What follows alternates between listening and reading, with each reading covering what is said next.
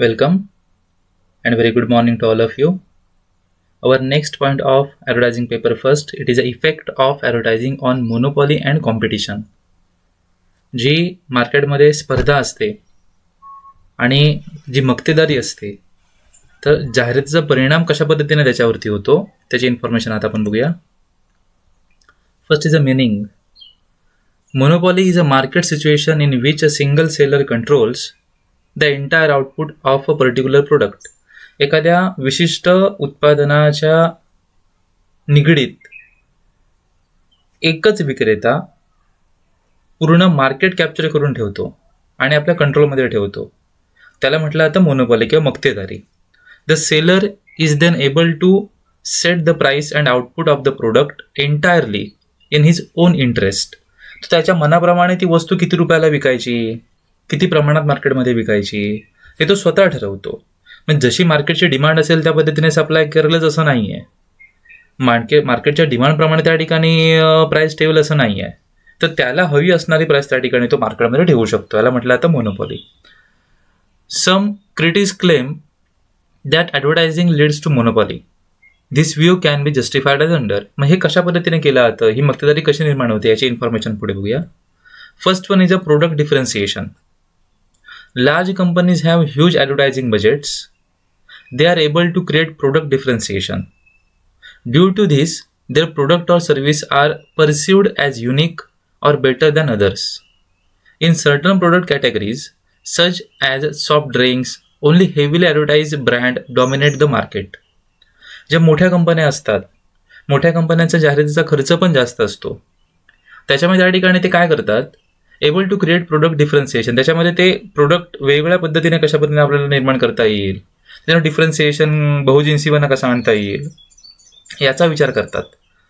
आणि जर समजा आपण ह्या पद्धतीने काम केलं तर त्या ठिकाणी आपल्याला मार्केटमध्ये प्रोडक्ट वेगळ्या पद्धतीने विकता येऊ शकतं.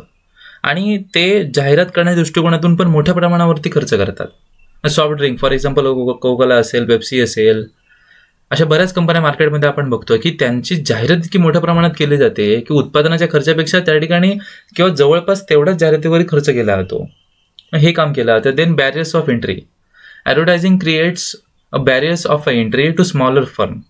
याच्यामुळे काय होतं की जे छोटे छोटे उद्योजक असतात त्यांना मार्केटमध्ये येण्यासाठी थोडंसं कठीण होतं, कारण की त्यांच्याकडे जाहिरातीचा बजेट तेवढा नसतो.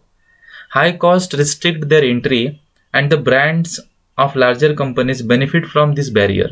दिस रिझल्ट इन लेस कॉम्पिटिशन. त्याच्यामुळे काय होतं की जाहिरात मोठ्या प्रमाणात न केल्यामुळे लोकांपर्यंत ती माहिती तेवढ्या प्रमाणात पोहोचत नाही, कारण की त्यांचा बजेट कमी असतो. आणि त्याच्यामुळे मग कॉम्पिटिशन कमी प्रमाणात होते. जे मोठे मोठे जे ब्रँडेड कंपन्या मार्केटमध्ये उतरतात त्यांची जाहिरात चांगल्या पद्धतीने केली जाते आणि लोकांपर्यंत त्याच गोष्टी जास्त प्रमाणात पोहोचतात. त्याच्यामुळे कॉम्पिटिशनही कमी होते. तिसरा मुद्दा दिला huge resources. Big companies have huge resources at their disposal. As a result their advertising budget is higher. On other hand smaller firms have fewer resources. They cannot match the power of large firm with the huge advertising budgets. For instance with the entry of Pepsi and Coca Cola and domestic soft drink companies had to abandon their business. जर समजा आपण विचार केला मार्केटमध्ये तर मोठ्या मोठ्या branded कंपन्यांना ॲड करण्यासाठी रिसोर्सेस भरपूर असतात. ते मोठ्या मोठ्या पद्धतीने त्या ठिकाणी जाहिरात करू शकतात. पण छोट्या छोट्या फर्म्समध्ये त्या ठिकाणी जाहिरात करण्याचे रिसोर्सेस कमी आहेत. फॉर एक्झाम्पल एखादी छोटी फर्म्स असेल तर छोटी फर्म त्या ठिकाणी एखादा मोठा सेलिब्रिटी किंवा एखादा मोठा स्पोर्टमन जो इंटरनॅशनल लेवलला स्पोर्ट्स खेळतोय त्याला त्या ठिकाणी वापरू शकत नाही ना जाहिरातीमध्ये, कारण की त्याचा खर्च त्याला परवडण्यासारखा नसतो. ह्या सगळ्या गोष्टी त्या ठिकाणी विचारात आपल्याला घ्याव्या लागतील की स्मॉलर फर्मला त्या ठिकाणी कुठेतरी त्याचा निगेटिव्ह परिणाम भोगावा लागतो आणि जे मोठे मोठे कंपनी असतात त्यांना मात्र त्याचा फायदा होत असतो. Then economies of scale. Due to availability of resources large companies are in position to undertake production and distribution activities on a large scale. म्हणजे मोठ्या प्रमाणावरती मोठ्या कंपन्या आपलं उत्पादन करतात आणि ते डिस्ट्रीब्युशन सुद्धा मार्केटमध्ये करतात. This brings in economies of scale which helps in reducing the cost of the product. याच्यामध्ये काय होतं की मोठ्या प्रमाणात उत्पादन केलं, आपल्या प्रत्येकाला माहिती आहे की उत्पादन मोठ्या प्रमाणात केलं की त्याची प्रोडक्शन कॉस्ट कमी होते, खर्च कमी होतो. मग ह्या मोठ्या मोठ्या कंपन्या मोठ्या प्रमाणात उत्पादन करतात, मोठ्या प्रमाणात डिस्ट्रीब्युशन करतात, त्याच्यामुळे उत्पादनाचा खर्च कमी होतो. As a result product can be offered at a reasonable cost. On the other hand small firms often find it difficult to offer products at a such price.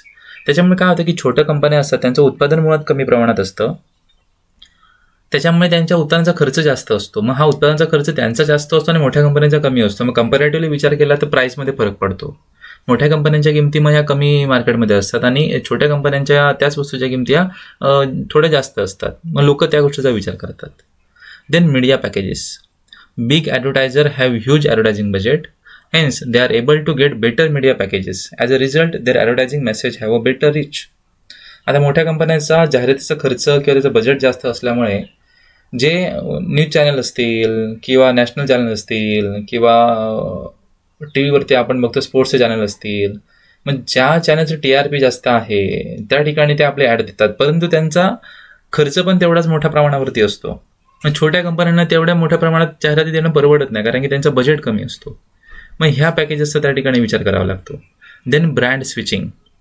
Advertising is also used a tool for brand switching.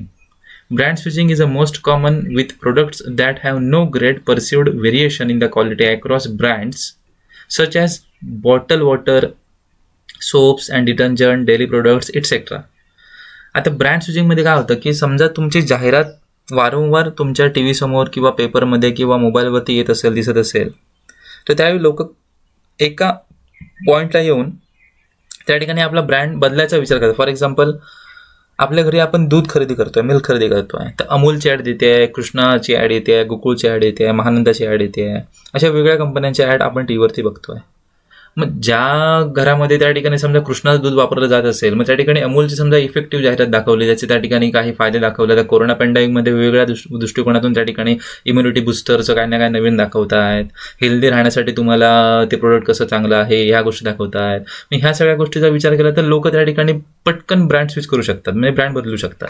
त्याच पद्धतीने soaps असतील, detergent असतील, mineral वॉटरच्या bottle असतील, मग ह्या सगळ्या गोष्टी brand स्विचिंगमध्ये येतात.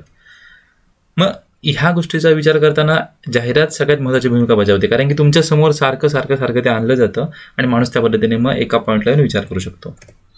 So these are the some example of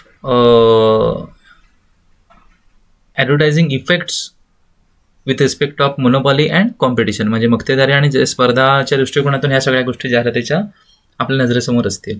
so next point of this chapter it will be discuss in the next presentation. Thank you.